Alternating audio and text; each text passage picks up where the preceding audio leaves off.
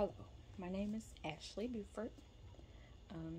My teacher's name is Kimberly Workins.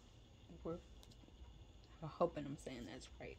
It's spelled Werking. This is the EDU 330 class. Today's date is 7/25/2021. I am here today to talk about cultural diversities in the classroom and being culturally competent.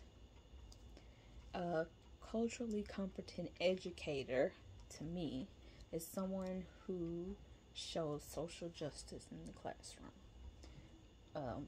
basically in the building. This is a person that makes sure that you acknowledge all cultures when trying to educate your students. You do not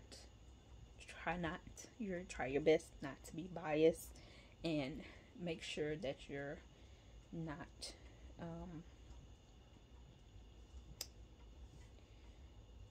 stereotyping, or check yourself to see if you're using those implicit biases.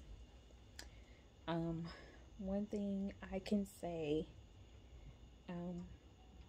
about classrooms nowadays is that they're all culturally diverse. I mean, no matter where you are, you're going to have African Americans, Caucasians, all different types of races, all different types of religions, backgrounds, what have you, in your classroom. And it is our responsibility as educators to make sure that we are making those people feel welcomed, making them feel warmed and loved and appreciated, just like we would our own race or background, what have you.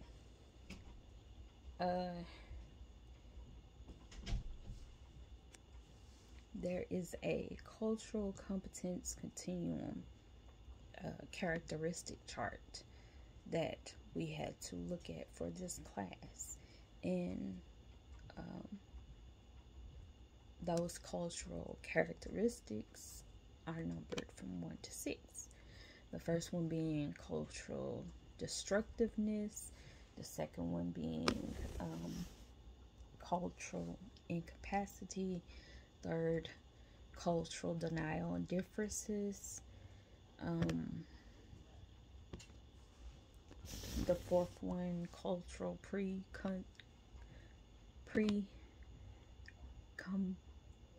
competence, cultural competence, and then cultural proficiency. I feel like that I fit into the cultural competence because I, to this day, don't know everything about different cultures that I want to, but I am more susceptible to learning about different cultures. I have an Asian friend, I have an African American friend, I have a Caucasian friend, and the students in my classroom, they come from different backgrounds. Now, to say when I teach, excuse me, it's kind of hard for me because I feel like I'm already teaching, because for as long as I've been in the classroom, the teacher that I work with, she supports me and she lets me do things, that the teacher would do. Only thing I don't do is put it into the computer, because that's not my job. But I help her with the things that she have to put into the computer. Basically, we in our classroom work towards making sure that all children feel welcome. We show them all the same type of love. I pull them over to the side if they're having a rough day and sit them down and have conversations with them as if they were my own children. I treat every child like it's my own.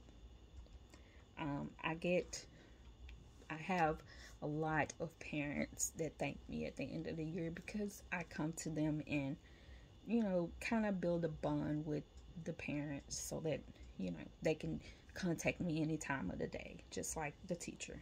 I tell them all the time, I'm here for them.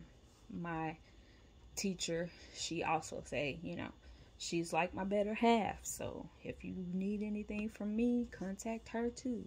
She can fill in.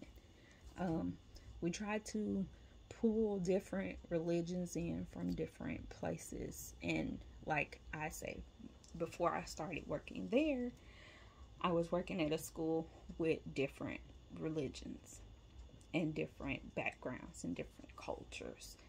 I had a student that was here from France. I had a student that was here from India. I had a student that was here from Hispanic culture. He was here from Mexico.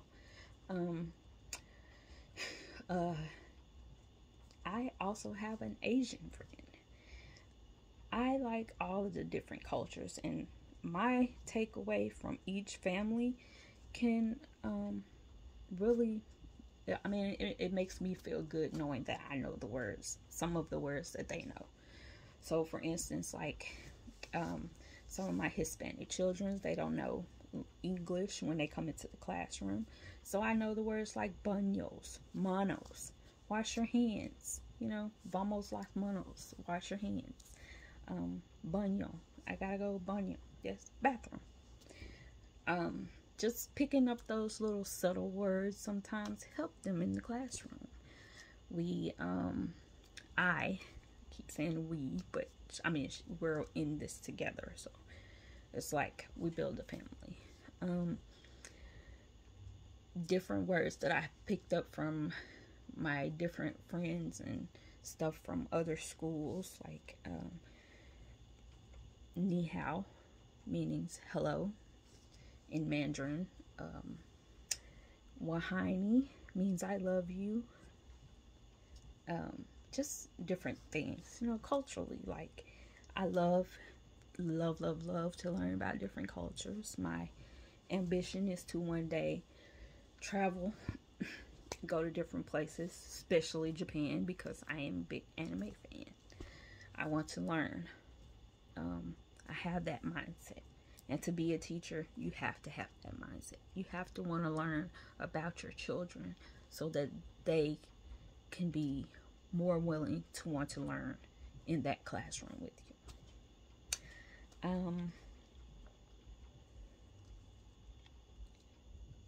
We also do different cooking activities with different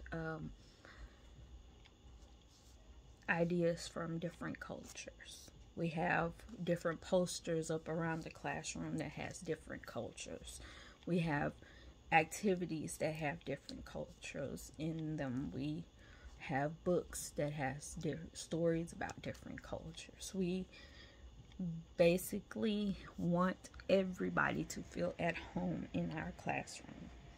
And when I become a teacher, because basically I say I am already, but when I actually have my own classroom, I'm going to keep up that mentality. I'm going to keep up doing what I've been doing. I'm going to keep learning about these different cultures so I can keep incorporating them into my classroom. I have been looking at these questions, trying to make sure that I've gotten everything that I was supposed to have.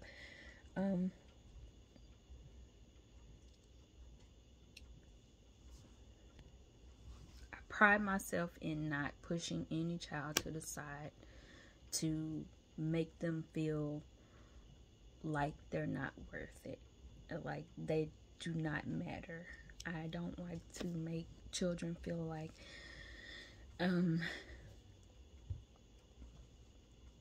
just because they can't speak English, I don't want to have anything to do with them, or I'm not going to try my best to find out what they're trying to tell me. I pride myself in being the best teacher that I can be. I feel like sometimes, you can have those implicit bias things inside your head, like, this child, just because they're Hispanic, they're running around, oh, this child is terrible. All Hispanic children are terrible. Just think about it. Not all of them are, and not just that race can be that way. I have seen so many implicit bias people that I guess I kind of took a look at myself when I was teaching maybe 5 years ago, and it made me see, where I was going wrong with this, and I had to fix myself. I've just always had a kind heart and always been willing to look for the best in people. I grew up that way. My parents are like that. I've never seen them get cross with anyone, and if they did, they, not in their face. My parents never cussed. They never drank, smoked. Same way. Never cursed, never drank, never smoked. It's just the way we are. I mean, I've loved children, even the ones that gets under your skin sometimes. Check out my shirt, autism awareness. I have a friend whose child is autistic. I just love them all the same. Thank you.